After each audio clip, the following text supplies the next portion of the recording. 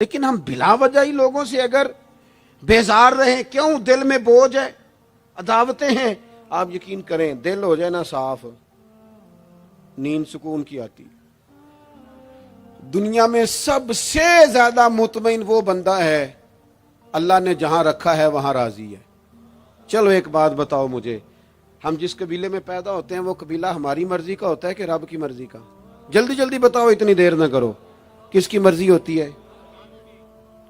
تو پھر جو قبیلہ اللہ نے میرے اور آپ کے لیے پسند کیا، ہم کیوں نہیں پسند کرتے؟ جو دادا نانا چچا ماموں اللہ نے میرے لیے پسند کی، یہ رشتے اللہ نے بنایا ہے نا، تو ان سے آوازار ہے، تو ان سے تنگ ہے۔ وجہ جو اللہ نے تیرے لیے پسند کیا اسے پسند کر۔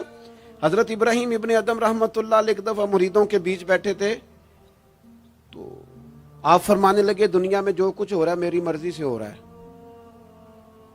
بعض بندے پریشان بھی ہو جاتے ہیں جلدی کہ اتنا بڑا دعویٰ کر دیا ہے، تو آپ ہنس پڑے، فرمانے لگے اگلی بات بھی سن لو پھر کوئی تبصرہ کرنا۔ فرمانے لگے جو کچھ ہو رہا ہے میری مرضی سے ہو رہا ہے، کیونکہ میری وہی مرضی ہے جو میرے رب کی مرضی ہے۔ میں نے اپنی مرضی اپنے رب کی مرضی میں فنا کر دی۔ اب میری مرضی کوئی نہیں، سانو قید سجن دا گہنا ہے، او جینج رکھے ایسا اونج رہنا ہے۔ ہم نے چھوڑ دی اپنی مرضی، اپنا ہے ہی کچھ نہیں۔ ہم نے نہ کبھی قطرے پہ غور کیا اور نہ دریا دیکھا، بس جہاں تیری جھلک دیکھی وہیں ڈوب گئے۔ چھوڑ دو یہ اس نے یہ کیوں کر دیا؟ وہ خواجہ نظام الدین صاحب محبوب الہی رحمت اللہ علیہ کے ایک مرید نے ایک دفعہ آ کے کہا حضور بڑی ہو گئی درگزر فقیری درویشی بڑی ہو گئی، اب جو میرے رستے میں کانٹے بچھائے گا میں بھی اس کے رستے میں بچھاؤں گا۔ وہ بڑے غصے سے بول رہا تھا، فقیر فقیر ہوتے ہیں۔ خواجہ صاحب ہنس پڑے، فرمانے لگے پتر تو زیادہ ہی ناراض ہو گیا ہے۔ کہنے لگا نہیں حضور، ہمیں کچھ کرنا نہیں آتا، ہمیں بھی سارا ہی پتہ ہے، سٹ تے پکھڑا کوار گندل اسی اور بھی بوٹیاں جاننے ہاں، ہمیں بھی سارا ہی پتہ ہے، نمٹ نہیں لینا سویرے۔ جو ہمارے رستے میں کانٹے بچھائے گا سویرے اس کی گلی میں بھی بچھے ہوں گے۔ تو حضرت محبوب الہی فرمانے لگے پتر آدھے رستے میں تیری ضد میں وہ کانٹے بچھا دے گا اور آدھے میں تو اس کی ضد میں بچھا دے گا، تو پھر تو جو عام راہگیر ہوں گے ان کے بھی پیر زخمی ہوں گے۔ تو تمہاری لڑائی میں تو مخلوق پریشان ہو گئی۔ عرض کی حضور یہ تو آپ نے ٹھیک کہا ہے۔ فرمانے لگے اگر چاہتے ہو نا دنیا کانٹوں سے نہ بھرے اور لوگوں کو تکلیف نہ ہو تو ایک دوسرے سے تکلیف چھوڑ دو۔ یہ مت سمجھنا تیرا ایک بندے سے اختلاف ہے، تیرا ایک سے اختلاف ہوتا ہے اس کے اثرات دائیں بائیں بھی جاتے۔ حضور پھر کیا کروں؟ فرمایا اسے بچھانے دے، وہ بچھاتا جائے تو اٹھاتا جا، تو اٹھاتا جا۔ ویسے بھی جو کام ساری دنیا کر رہی ہوتی ہے وہ تو سارے کر ہی رہے ہوتے ہیں، کوئی ذرا ہٹ کے بھی کرنا چاہیے۔ جتن جتن تے ہر کوئی کھیڈے، جتن جتن تے ہر کوئی کھیڈے، تو ہارن کھیڈ فقیرا، جتن دا مل کوڈی پیندا ہی ہارن دا مل ہیرا۔ کبھی بندہ ہارے بھی اپنے دل سے بوجھ اتار دے، نفرت کو دور کر دے۔ عداوت دشمنی اگر کسی وقت رکھنی ہے تو اللہ رسول کے دشمن سے۔ اشداء علی الکفار، اپنوں کے لیے کیا ہے، خوش عقیدہ کے لیے کیا ہے، رحماء بینہم۔ میرے عزیز ترمذی میں حدیث ہے، اپنی بات کو حوالہ دے کے مضبوط کر دوں، ترمذی میں حدیث ہے، نبی پاک علیہ الصلوۃ والسلام نے حضرت انس بن مالک سے فرمایا تھا، اے انس، اے میرے بیٹے، تم سے ہو سکے تو صبح اس حال میں کرنا کہ تمہارے دل میں کسی کا بغض نہ ہو۔ اور اگلے لفظ حدیث کے یہ ہیں، حضور فرمانے لگے یہ میری سنت ہے، یہ میرا طریقہ ہے، اپنے دلوں کو عداوتوں سے پاک کریں۔ اور پانچویں بات، اور بس اسی کے آگے پیچھے میں نے اپنی بات کو سمیٹ دینا ہے، میرا مضمون مکمل ہو گیا۔ حضور کی ایک بہت بڑی سنت، نبی پاک علیہ السلام کی ایک بہت بڑی ادا، وہ پتہ کیا ہے؟ وہ ہے دوسروں کا احساس کرنا، دوسروں کے بارے میں سوچنا، دوسروں کا خیال کرنا۔ میں ابھی آ رہا تھا تو میری گاڑی کے ساتھ کچھ دوستوں نے دوڑنا شروع کر دیا۔ میں جو ہوں مجھے اس کا پتہ ہے، میں ہمیشہ دوستوں سے کہتا رہتا ہوں آپ بزرگوں کے ہاتھ چومیں، اللہ والوں کی اچھی بات ہے، آپ کو فائدہ ہوگا۔ میرے جیسے گناہگار کے ہاتھ چوم کے آپ کو کیا ملے گا؟ کوئی نتیجہ نہیں نکلے.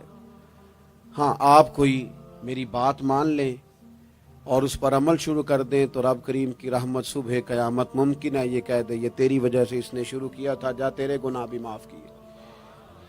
یہ جو ذوق ہے نا، اب ایک بندہ گاڑی کے پیچھے بھاگ رہا ہے تو مجھے اتنی سخت تکلیف ہو رہی تھی، میں نے کہا یار کیا ضرورت، دیکھو نا بیچارہ گرمی کا موسم ہے، پیاس لگے گی اور پسینہ آئے گا، کیوں بھاگ رہا ہے؟ اب میری مجبوری بھی ہے، گاڑی کو تو چلنا ہے. جب تک ہم احساس پیدا نہیں نہ کرتے، میرے قبلہ عالم فرمایا کرتے تھے کہ تیری گاڑی کے آگے سے کوئی غلط کراس کر گیا اور دوڑ کے گزر گیا اور کوئی سخت جملہ بھی کہہ گیا ہے، اس پر بھی تنقید نہ کر، تو اپنے دل میں اس کا احساس پیدا کر، سوچ کے ہو سکتا ہے اسے گھر میں کوئی ایمرجنسی ہو گئی ہو. اپنی سوچوں کو مثبت کریں. آپ دوسروں کا احساس بھی اپنی طبیعت میں پیدا کریں، دوسروں کے بارے میں بھی سوچیں. میں یہاں ماشاءاللہ سٹیج پہ بیٹھا ہوں، بڑا نرم ماحول ہے، بڑا کچھ ہے، لیکن جو دوست پیچھے دیوار کے ساتھ کھڑے ہیں نا، جن کو جگہ بیٹھنے کی بھی نہیں ملی اور کھڑے ہونے کی بھی صحیح کر کے نہیں ملی، ان کا بھی احساس پوری طرح. اور میرے خیال میں سب سے زیادہ مہمان خصوصی بھی وہی ہیں آج کی ہماری محفل کے، جو زیادہ مشکل میں بیٹھے. احساس اپنی کہاں تک احساس کرنا ہے؟ لو حدیث پاک سنو. اللہ کے محبوب علیہ السلام فرماتے ہیں میں نماز پڑھانے کھڑا ہوتا ہوں، نماز. کریم فرماتے ہیں میرا دل کرتا ہے میں لمبی نماز پڑھاؤں، لیکن پھر پیچھے سے نہ کسی بچے کے رونے کی آواز آتی ہے. دل تھا لمبی پڑھاؤں، بچہ رو پڑا تو مجھے خیال آتا ہے اس کے رونے سے اس کی اماں کو تکلیف ہو رہی ہوگی، میں نماز چھوٹی کر دیتا ہوں. اللہ کی نماز مختصر کر دی احساس کے طور پر. حضور اس امام مسجد سے سخت ناراض ہو گئے تھے، صحیح حدیث میں موجود ہے، جس کے مقتدیوں نے آ کے شکایت کی تھی کہ یا رسول اللہ بہت لمبی نماز پڑھاتا ہے. یہاں تو لوگ احساس ہی نہیں کرتے میرے بھائی، یہاں تو احساس ہی نہیں کرتے. یہاں تو میں آیا ہوں نا رات کے 1 بجے محفل میں، تو میری طرح کے لوگ تہاڈا ذوق ہی نہیں، تسی سبحان اللہ ہی نہیں آندے، تسی ہاتھ ہی نہیں کھڑے کر دے. او بھائی تو نہیں آیا ہے، تو ٹر جانا ہے اپنا سارا سمیٹ کے پیسے گنا کے. اتنے بیچارے مغرب دے بیٹھے نے، ان کا ذوق تو اپنا ذوق بھی بیان کرنا، آنا تو بھی اسی وقت محفل میں جب سارے آئے ہیں تے نالے تو تے گل کر کے آیا میں انے ہزار لینا ہے تے مفت آئے نے سارے بیچارے. اس لیے ہو سکتا ہے ان کا عشق تجھ سے زیادہ ہو. کروں مدح اہل دول رضا اور پڑے اس بلا میں میری بلا، میں گدا ہوں اپنے کریم کا، یہ میرا دین ہے کوئی پارا نہ نہیں. اس لیے میرے عزیز احساس دوسروں کا پیدا کریں اپنی طبیعت میں. ہم نا احساس نہیں کرتے، خدا را احساس کرو. ٹھیک ہے پریشانیاں ہیں، لیکن میں جوان سے کہوں گا تو نوجوان ہے، باہر تجھے ٹینشنیں ہیں، کاروبار کی مسائل ہیں، پریشانیاں ہیں، لیکن اللہ نے تجھے جوان کیا نا، حوصلہ دیا ہے نا، تو باہر کی ٹینشنیں باہر چھوڑ کے آیا کر. گھر تیرے ابا جی انتظار کر رہے ہیں، ان کے پاس بیٹھ، ان کا دکھ سن، حوصلہ بڑا کر. پھر گھر کے اندر تیری اماں بیٹھی ہے، اس نے تیرے سے بات کرنی ہے، کئی باتیں سنانی ہے.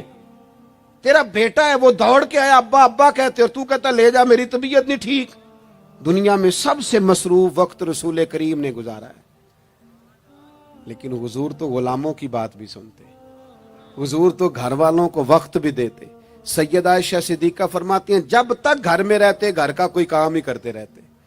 اور حضور تو نواسوں کو ٹائم دیتے، نماز کے وقت بھی ساتھ لے جاتے.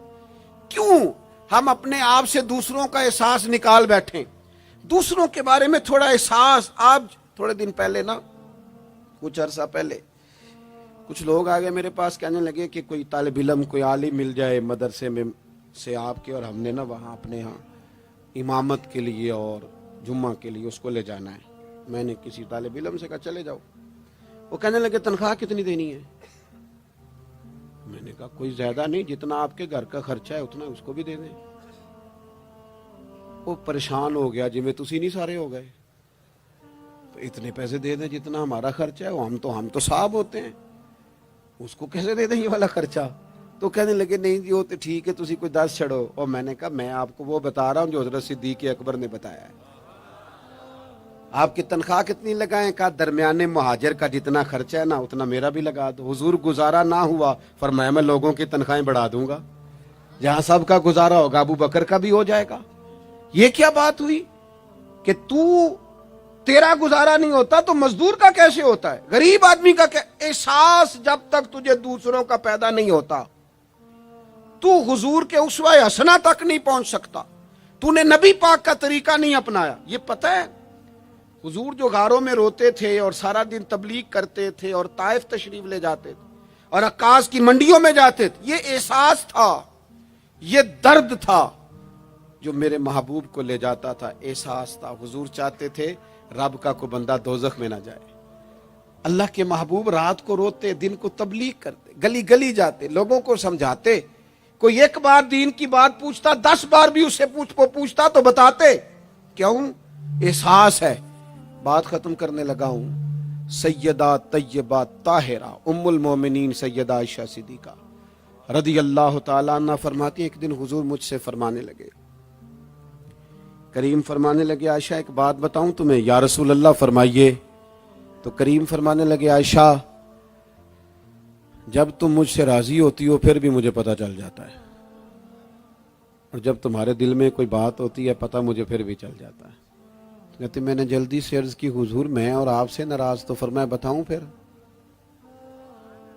حضور بتائیے. فرمایا عائشہ کبھی کبھی قسم اٹھاتی ہو؟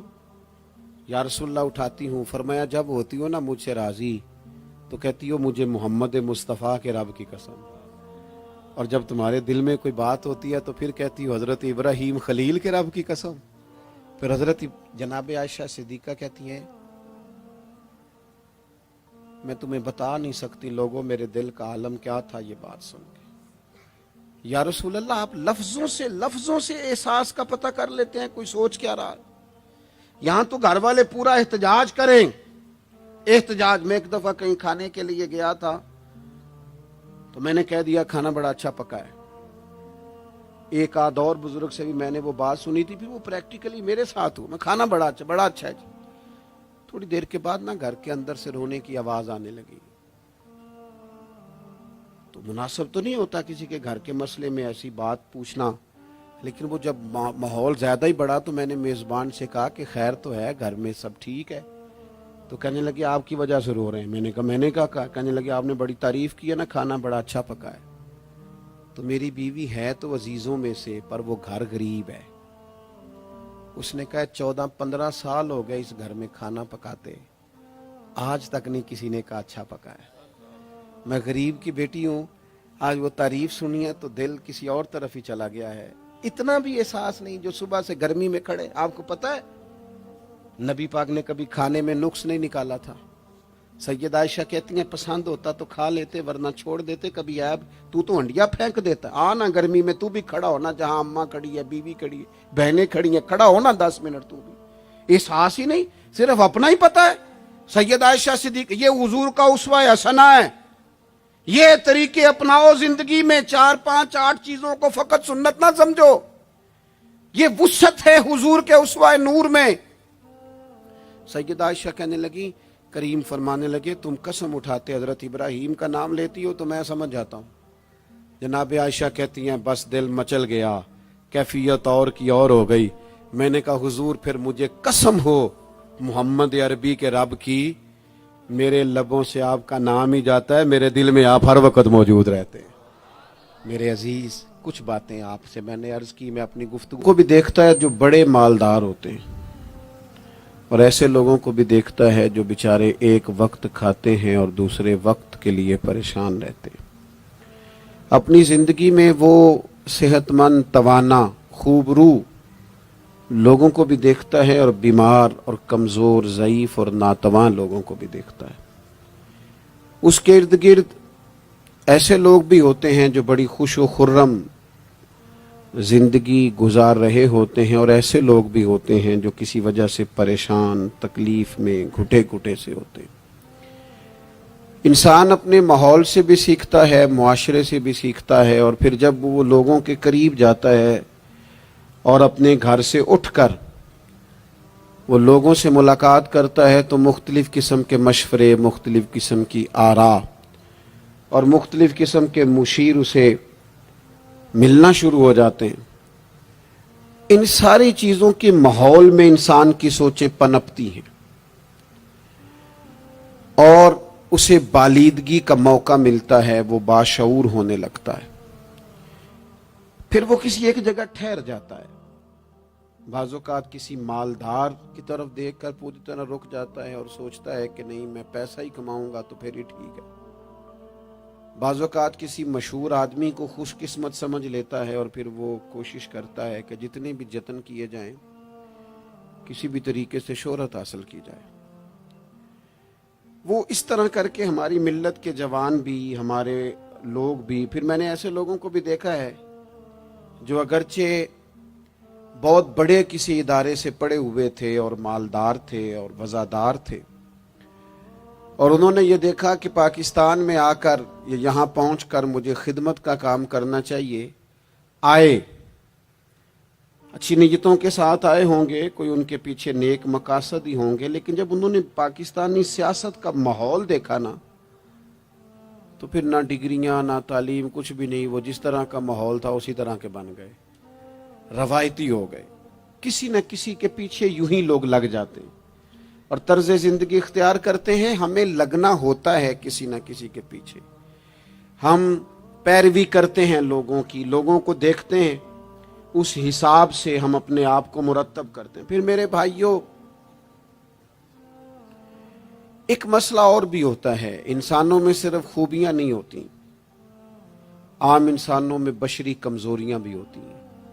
ہم بعض اوقات کسی کے پیچھے چلتے ہیں تو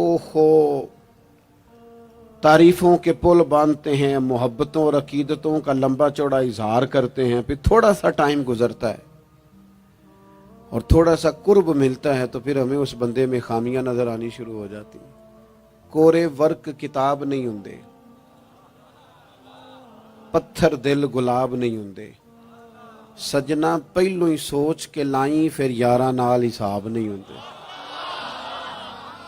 سوچتے نہیں، سمجھتے نہیں، غور نہیں کرتے، جذباتی فیصلے کرتے ہیں، ماحول جذباتی ہے۔ یا آپ دیکھیں نا، میں کسی جگہ پہ پہنچتا ہوں تو رکنا، بیٹھنا، چلنا پھرنا دوست مشکل کر دیتے ہیں، 1 منٹ کے لیے کہیں کیمرہ بند نہیں ہوتا۔ آپ بڑے تھکے ہوئے بھی ہوں تو آپ صحیح کر کے کہیں بیٹھ نہیں سکتے، چونکہ آپ کی چاروں جانب تو کیمرہ چل رہا ہے، کیسے بیٹھیں؟ نبی کی زندگی بہترین نمونہ ہے۔ ایک کامل اسوہ حسنہ تمہیں دیتے ہیں، کامل، مکمل۔ نبی پاک علیہ الصلوۃ والسلام کا جو وجود اطہر ہے نا، ایسا وجود اس کے اندر اللہ تعالیٰ نے ظاہری اور باطنی، یہ دیکھیں میں کسی جوش سے نہیں بول رہا، میں بڑی ہوش سے بات کر رہا ہوں، آپ سے بھی گزارش کرتا ہوں ہوش سے سننا۔ یہ بات میں درجنوں اور بیسیوں کتب کا نچوڑ آپ کے سامنے رکھ رہا ہوں۔ اللہ تعالیٰ نے نبی پاک علیہ الصلوۃ والسلام کے اندر ظاہری باطنی ساری خوبیاں بھر کے اپنے محبوب کو دنیا میں مبعوث فرمایا ہے، نہیں کھلا دیے، وہ جس راہ چل دیے ہیں کوچے بسا دیے۔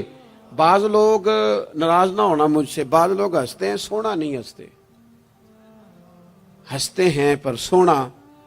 سیدہ طیبہ طاہرہ حضرت عائشہ صدیقہ فرماتی ہیں حضور مسکراتے تھے لیکن اس مسکرانے میں بھی عجیب وزاداری تھی، ہنستے تھے کھل کھلا کے نہیں ہنستے تھے، اس میں کہا نہیں لگتا تھا، آوازیں نہیں پیدا ہوتی تھی، یعنی سونا ہنس بھی جاتے تھے لیکن اس کے اندر بھی عجیب لطافت تھی۔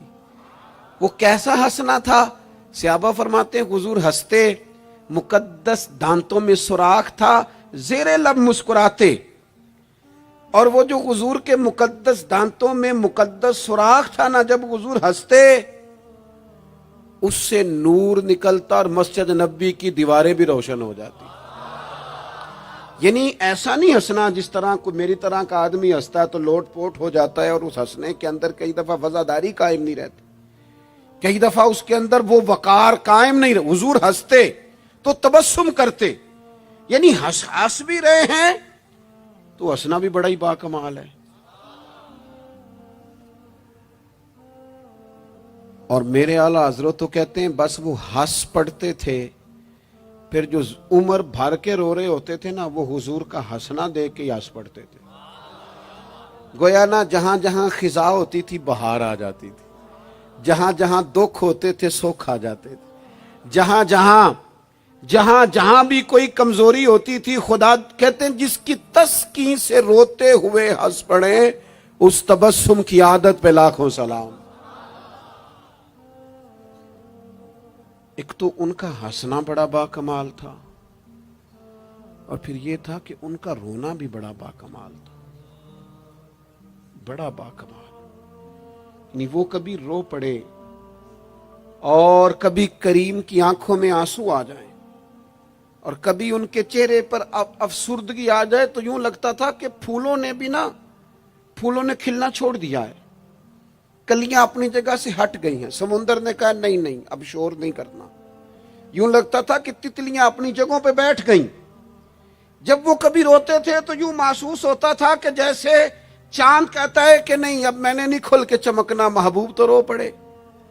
اور کبھی کریم روئے, آنکھوں میں آنسو آئے تو ان کے رونے میں حسن اتنا تھا, کمال اتنا تھا کہ جبریل امین آئے اور آ کے عرض گزار ہوئے, یا رسول اللہ سارے بھید جاننے والا رب پوچھتا ہے کریم سے پوچھو نا, محبوب سے پوچھو نا روئے کیوں ہیں, یہ رو پڑے ہیں کیوں روئے ہیں, سارے بھید جاننے والے مالک کیوں روئے. تو محبوب فرمانے لگے جبریل امت کا قیامت کا حساب, قیامت کی گرمی, اللہ تعالیٰ کا کرسی عدالت میں اپنی شان کے لائق جلوہ فروز ہونا, امت کی کمزوریاں سستیاں غفلتیں ان کو یاد کر کے رو پڑا ہوں, غم امت نے نڈھال کر دیا ہے. حضرت جبریل بارگاہ ایزوی سے پیغام لائے, محبوب کریم صلی اللہ تعالی علیہ وآلہ وسلم نے حضور روئے. تو جب جبریل امین یہ پیغام لے کے لوٹتے ہیں تو رب کریم نے کیا فرمایا؟ آپ کی توجہ ہے میری بات پر؟ مالک کریم نے کیا فرمایا؟ وہ آیت نازل ہوئی جس کے بارے میں امام زین العابدین رضی اللہ تعالیٰ عنہ فرماتے ہیں قرآن میں سب سے امید والی آیت یہ ہے. روئے حضور اور جناب جبریل پوچھ کر واپس گئے تو رب کریم نے فرمایا جا کے میرے محبوب سے فرما دیں وَلَسَوْفَ يُؤْتِيكَ رَبُّكَ فَتَرْضَىٰ, محبوب رب آپ کو اتنا دے گا کہ آپ اپنے رب سے راضی ہو جائیں گے. محبوب آپ کو راضی کریں گے, نہ روئیں, آپ کو راضی کریں گے آپ. اور حضور کیا فرماتے ہیں؟ فرمایا جب تک میرا ایک امتی بھی دوزخ میں کوئی نہیں راضی ہوتا. اللہ کیا جہنم اب بھی نہ سرد ہوگا؟ رو رو کے مصطفیٰ نے دریا بہا دیے. حضور کا ہنسنا بھی با کمال, رو دینا بھی با کمال. ان کا کسی بندے سے محبت سے اٹھ کے گلے لگانا بھی با کمال. اور کبھی حضور جلال کریں تو محبوب فرمانے لگے میں نے دعا مانگی ہے, اے اللہ اگر میں کسی کو جھڑک دوں تو اتنا ثواب دینا جتنا تو فرض نماز کا ثواب دیتا ہے. یہاں یہ بھی ہر زاویے سے, ہر نگاہ سے. میں کیا آپ کو عرض کروں, ہم نے نہ کبھی سیرت بیان کی میری طرح کے لوگوں نے, نہ قوم اس طرح سے سیرت کو پڑھتی ہے. سیرت نبوی کا ایک ایک پہلو کبھی کھولا جائے. یہ جو زمانے میں بے چینی پائی جاتی ہے نا, بے قراری پائی جاتی ہے, اور ذہنی انتشار ہے, اور فکری الجھاؤ ہے, اور ٹوٹتی بکھرتی سوچیں, یہ ساری ختم ہو جائیں. ایسا ٹھہراؤ نصیب ہو, جینے کا بھی مزہ آئے اور مرنے کا بھی مزہ آئے. اگر حضور کی سیرت مقدسہ کو سمجھا جائے تو محبوب کی زندگی ہر طرح سے کامل ہے, مکمل ہے, اکمل ہے. آپ کہیں بھی اور جائیں گے. یہ آج کل موٹیویشنل اسپیکرز کا دور ہے. ہمارے بچے جدید پڑھے لکھے, وہ کہتے ہیں میں فلاں موٹیویشنل اسپیکر کے پاس جاتا ہوں. جائیں آپ. بہت سارے لوگ ایسے ہیں انہیں کہیں تو وہ باز نہیں آتے, وہ تجربہ کر کے باز آتے ہیں. اور بالخصوص نئی نسل جو ہوتی ہے وہ بزرگوں کے تجربوں سے فائدہ نہیں اٹھاتی, وہ اپنے الگ سے تجربے کرنا چاہتی. اس کا بھی بڑا خطرناک نتیجہ برآمد ہوتا ہے. تو کوئی بندہ بھی جو آپ کو موٹیویٹ کرتا ہے نا کتاب و سنت کے بغیر, کوئی بھی آپ کو موٹیویٹ کر رہا ہے، وہ کیا کچھ کہہ رہا ہے، کیا کر رہا ہے، وہ کبھی بھی آپ کو تعلیم صحیح نہیں دے سکتا۔ کیوں؟ اس لیے کہ جو تعلیم وحی الہی کے بغیر ہوتی ہے وہ ناقص ہوتی ہے۔ انبیاء کی تعلیم وحی الہی کے ساتھ، لہذا اگر کوئی آدمی آپ کو موٹیویٹ کرتا ہے کتاب و سنت کے ساتھ، وہ آپ کو درست سمت لے کے جائے گا، ورنہ تو ہر آدمی آپ کو الجھا دے گا۔ میرے بھائی، نبی پاک کا اسوہ حسنہ، ہمارے ہاں لوگوں نے سنت شریعت سمجھ کس کو لیا ہے؟ ہمارے ہاں لوگوں نے سنت شریعت سمجھا ہے صرف پگڑی باندھ لی، بہت عظیم سنت ہے امامہ باندھنا۔ بعض لوگوں کا خیال ہے صرف داڑھی رکھنا، داڑھی بہت عظیم سنت، بہت عظیم سنت، انبیاء کرام کی پسند ہے۔ اور آپ کو پتہ ہے اللہ تعالیٰ نے عورتوں کو داڑھی دی ہی نہیں، یہ مرد کا زیور ہے۔ ہاں یہ مردانہ کام ہے، داڑھی مرد کا زیور ہے۔ اور پھر یہ آپ کے جسم کا حصہ ہے، داڑھی کا وزن کوئی نہیں ہوتا۔ پوچھ لیں جنہوں نے بڑی رکھی ہے، بے شک ان سے بھی پوچھ لیں، یہ وجود کا حصہ ہے، اس کا کوئی وزن، کوئی پریشانی۔ اور ایک اور بات نوجوانوں آپ سے کہہ دوں چلتے چلتے، بغیر داڑھی کے آپ سونے لگ رہے ہوں تو لوگ کہیں گے پیارے لگ رہے ہو، اچھے لگ رہے ہو، خوبصورت لگ رہے ہو۔ اور داڑھی کے ساتھ اگر کسی کو پیارے لگو نا تو جو تعریف کرے گا وہ تو تعریف ہی بڑی روحانی قسم کی ہے، وجدانی۔ یعنی آپ داڑھی کے ساتھ اچھے لگیں تو لوگ کہتے ہیں کتنا نورانی چہرہ ہے۔ اب دیکھو اس تعریف کے پیچھے جو جملوں کی ترتیب ہے اس میں حسن کتنا، داڑھی، امامہ، سفید لباس، اور پھر یہ کہ مسواک کرنا بڑی اعلیٰ سنت ہے، میٹھا کھانا بڑی اعلیٰ سنت ہے۔ لیکن یہی 4-5 سنتیں نہیں میرے بھائی حضور کی، یہ بہت بڑا مسئلہ ہے۔ بعض لوگ سمجھ فلاں جی سنت شریعت پہ عمل کرتا ہے، کیا کرتا ہے کہ داڑھی پگڑی والا ہے، وہ خدا کے بندے یہ عظیم سنت ہے، کون اس کا انکار کر رہا ہے؟ لیکن نبی پاک کا تو اسوہ حسنہ ہے، اس کے پیچھے تو پوری زندگی ہے۔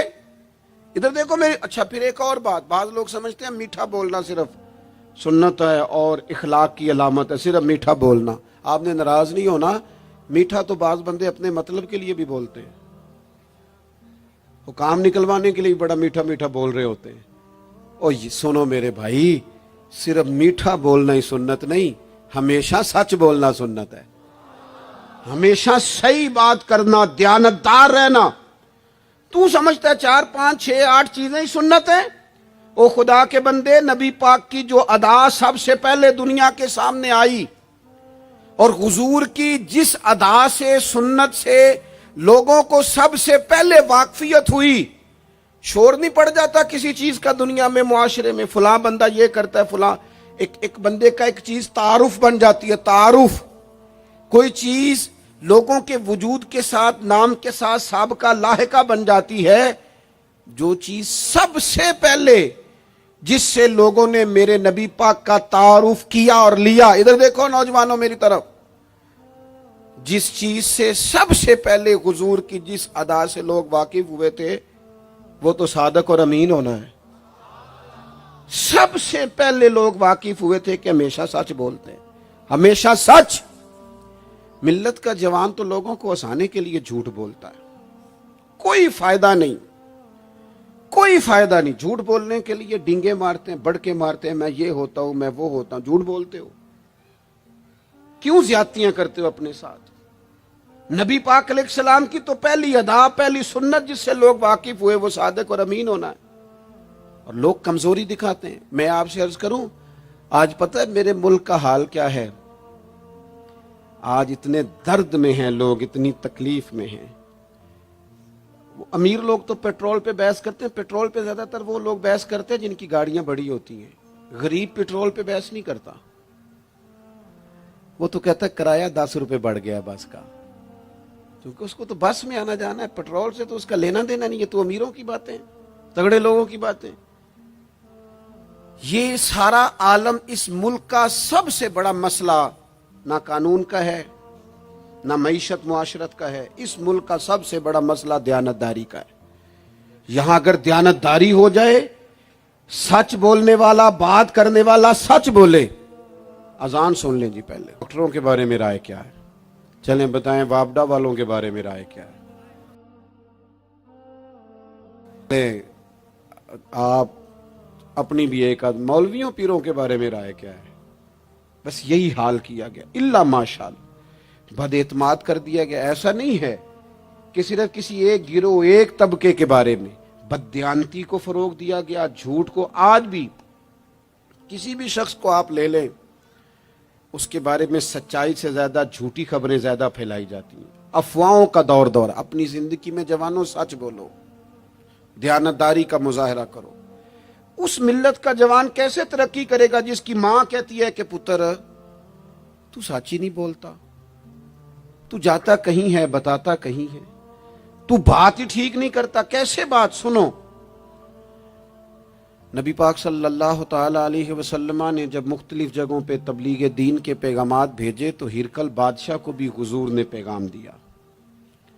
بڑا سیانہ آدمی تھا، سمجھدار تھا، معاملہ فہم تھا۔ اس نے کہا میں کوئی جذباتی فیصلہ نہیں کرتا، کچھ چیزوں کے حضور کے بارے میں کچھ چیزوں کے سوالات میرے ذہن میں ہیں۔ اس نے کہا یار یہاں کوئی آیا ہوا ہو نا، مکے کا سردار، لوگ تجارت کے لیے آتے ہیں، کوئی سمجھدار سیانہ سردار وزادار آدمی تو لے کے آؤ۔ ابو سفیان ابھی مسلمان نہیں ہوئے تھے، وہاں گئے ہوئے تھے، اور آپ کو پتہ ہے کہ وہ ہر جنگ میں آگے تھے کلمہ پڑھنے سے پہلے۔ ان کو بلا کے لوگوں کو پتہ چلا یہ آئے ہوئے ہیں، تو لے جا کے بادشاہ کے سامنے کھڑا کر دیا۔ ابو سفیان کہتے ہیں جب اس نے سوال جواب شروع کیے تو ظاہر ہے میں مخالف گروہ میں تھا۔ جب کوئی مخالف گروہ میں ہوتا ہے اس نے تعریف تو نہیں نہ کرنی ہوتی۔ وہ صرف ہمارے ملک میں رواج ہے کہ لوگ جو پارٹی چھوڑ کے آ رہے ہوتے ہیں اس کی بھی تعریفیں کر رہے ہوتے ہیں، اور جدھر جا رہے ہوتے ہیں پھر اس کی بھی۔ اللہ جانے کیسے اپنے دل کو سمجھاتے ہیں، ضمیر کو مطمئن کرتے ہیں، اللہ ماشاءاللہ۔ ابو سفیان کہتے ہیں میں چونکہ دوسرے گروہ میں تھا تو بادشاہ نے جو بات بھی پوچھی میں نے رائے مخالف دی۔ جو بھی پوچھا کہ وہ محبوب علیہ السلام جو دعوی نبوت کرتے ہیں، ان کا کلمہ پڑھنے والے امیر ہیں، غریب ہیں، بات کیا ہے، جنگیں ہوئی ہیں تو نتیجہ، ایک طویل گفتگو ہے۔ ابو سفیان کہتے ہیں آخر میں بادشاہ نے ایک سوال پوچھا، یہ جوان زیادہ غور کریں گے، سوال پوچھا۔ ابو سفیان کہتے ہیں مجھ سے کہنے لگا وہ جس کریم محبوب علیہ السلام نے دعوی نبوت کیا ہے، کیا کبھی انہوں نے جھوٹ بھی بولا ہے؟ ابو سفیان کہتے ہیں میں چپ کر گیا۔ ایک منٹ کے لیے میرے دل میں خیال آیا معاذ اللہ کہہ دوں بولا ہے، پھر میں نے سوچا یہ تو عرب کی وزاداری کے خلاف ہے کہ میں جھوٹ بولوں۔ اور پھر ابو سفیان کہتے ہیں میرے دل کے کونے سے آواز آئی میں کوئی اور بات کروں گا تو شاید کوئی تھوڑی دیر کے لیے سوچے، اور اللہ کے رسول نے جھوٹ بولا یہ تو مانے گا ہی کوئی نہیں، یہ تو مخالف نہیں مانیں گے، کافر مشرک نہیں مانیں گے۔ بادشاہ کہنے لگا سوچتے کیا ہو، بتاؤ کیا کبھی انہوں نے جھوٹ بولا ہے؟ تو ابو سفیان کہتے میرے ہاتھ میں چھڑی تھی، میں نے اٹھا کے دوبارہ زمین پہ رکھی۔ میں نے کہا بادشاہ وہ رشتے میں میرے بھتیجے لگتے ہیں، میری ان سے مخالفت ہے، میں ان کے مقابل فوجیں تک لے کے آتا ہوں، وہ ہمارے بتوں کو برا کہتے ہیں، رائے کا اختلاف اپنی جگہ پر، لیکن وہ میرے سامنے پیدا ہوئے میرے بھتیجے ہیں، میں نے انہیں ماں کی گود میں بھی دیکھا ہے، دادا کے کندھوں پہ بھی دیکھا ہے، سیدہ خدیجہ کا دولہا بنے بھی دیکھا ہے، میں نے ان کی گود میں ان کی بیٹیوں کو کھیلتے بھی دیکھا ہے۔ اختلاف اور مخالفت اپنی جگہ پر وہ کریم میرے سامنے پیدا ہوئے اور ان کے مقدس بال میری آنکھوں کے سامنے سفید ہوئے، ان کی زبان سے جو بھی نکلتا ہے حق اور سچ ہی نکلتا ہے۔ وہ اسیر دشمن کی چاہ میں بھی، مخالفوں کی نگاہ میں بھی وہ امی ہے، صادق ہے، معتبر ہے، میرا پیغمبر عظیم تر ہے، کبھی زبان سے جھوٹ نہیں نکلا۔ اللہ آپ کو جزا دے۔ سنیں جی، کچھ خطیب بغیر نعروں کے بھی تقریر کر لیتے ہیں یار، اونچی سبحان اللہ کے بغیر بھی کام چل جائے گا انشاءاللہ۔ آپ خالی سنتے جائیں نہ بھی سبحان اللہ کہیں پھر بھی گزارا، اثر کرے نہ کرے سن تو لے میری فریاد، اور نہیں ہے داد کا طالب یہ بندہ آزاد۔ میرے عزیز نبی پاک علیہ الصلوۃ والسلام نے سچ بولا۔ ابو سفیان کہتے ہیں ان کی زبان سے سوائے حق سچ کے کبھی کچھ نکلا؟ کریں نا تھوڑی پابندی ہم بھی سچ کی، کریں نا۔ اچھا ہم بولتے ہیں سچ، بہت سارے لوگ سچ بولتے ہیں،